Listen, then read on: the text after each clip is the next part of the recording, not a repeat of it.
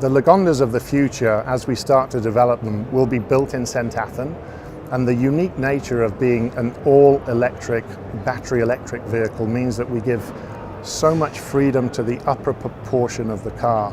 When you have, if you like, a roller skate that the upper body sits on, you give such freedom to develop forms and a language that no one's seen before in the automotive world. I mean, what you'll see in the Lagonda production cars in the future is much more attention to the overall package and platform.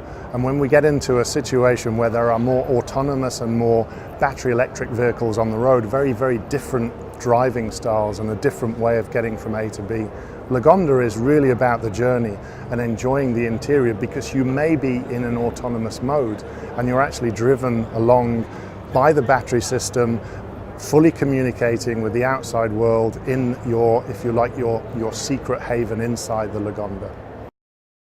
So in March 2015 we launched the Second Century Plan, and over the last 4 years we've been discharging that plan and giving credibility to that plan, because we're following that plan exactly as we promised. And we launched the first 3 cars of that plan, the DB11, the Vantage and the DBS Superleggera.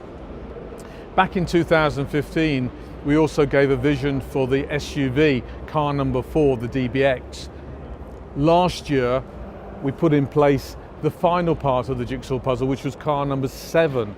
Car number 7 being the Lagonda sedan.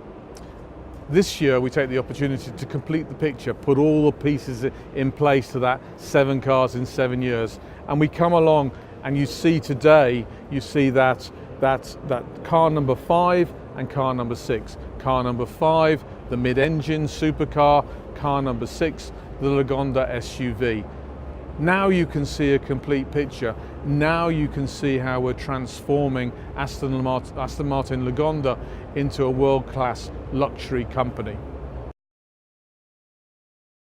We listed on the London Stock Exchange. It was part of the plan. It's an important part of the sustainability, but it's a long-term plan. And essentially, if you think about the sustainability, it's as much as anything, it's about the sustainability of the company post me, post the current management, because we have to make sure that we hand off the plan and the 7 cars to a future generation under the auspices of good governance, in order to make sure that there is really a transfer of technology between Formula 1 car and Valkyrie, and ultimately into AMRB 003, and of course ultimately through to our road cars. Why? Because they're developed in the common campus, they're developed in Milton Keynes, in the Red Bull facility. Our styling studio is there, our advanced engineers are there, and all of that knowledge, all of that racing knowledge culminates in the cars that you can see around me today.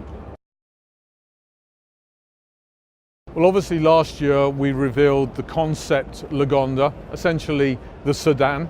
I think it's fair to say that we rattled a few teacups as a result of doing that, but we established our credibility, or I should say actually we re-established the credibility of Lagonda in that area of ultra luxury sedan and SUV type cars.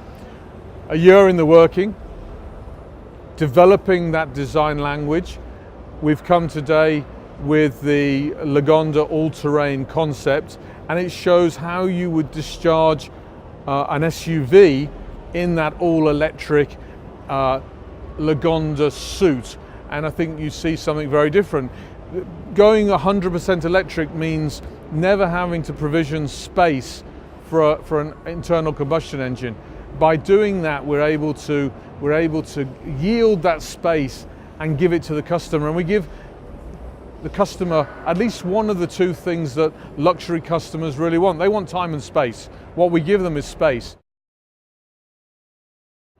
Within the next few days we should know what Brexit means.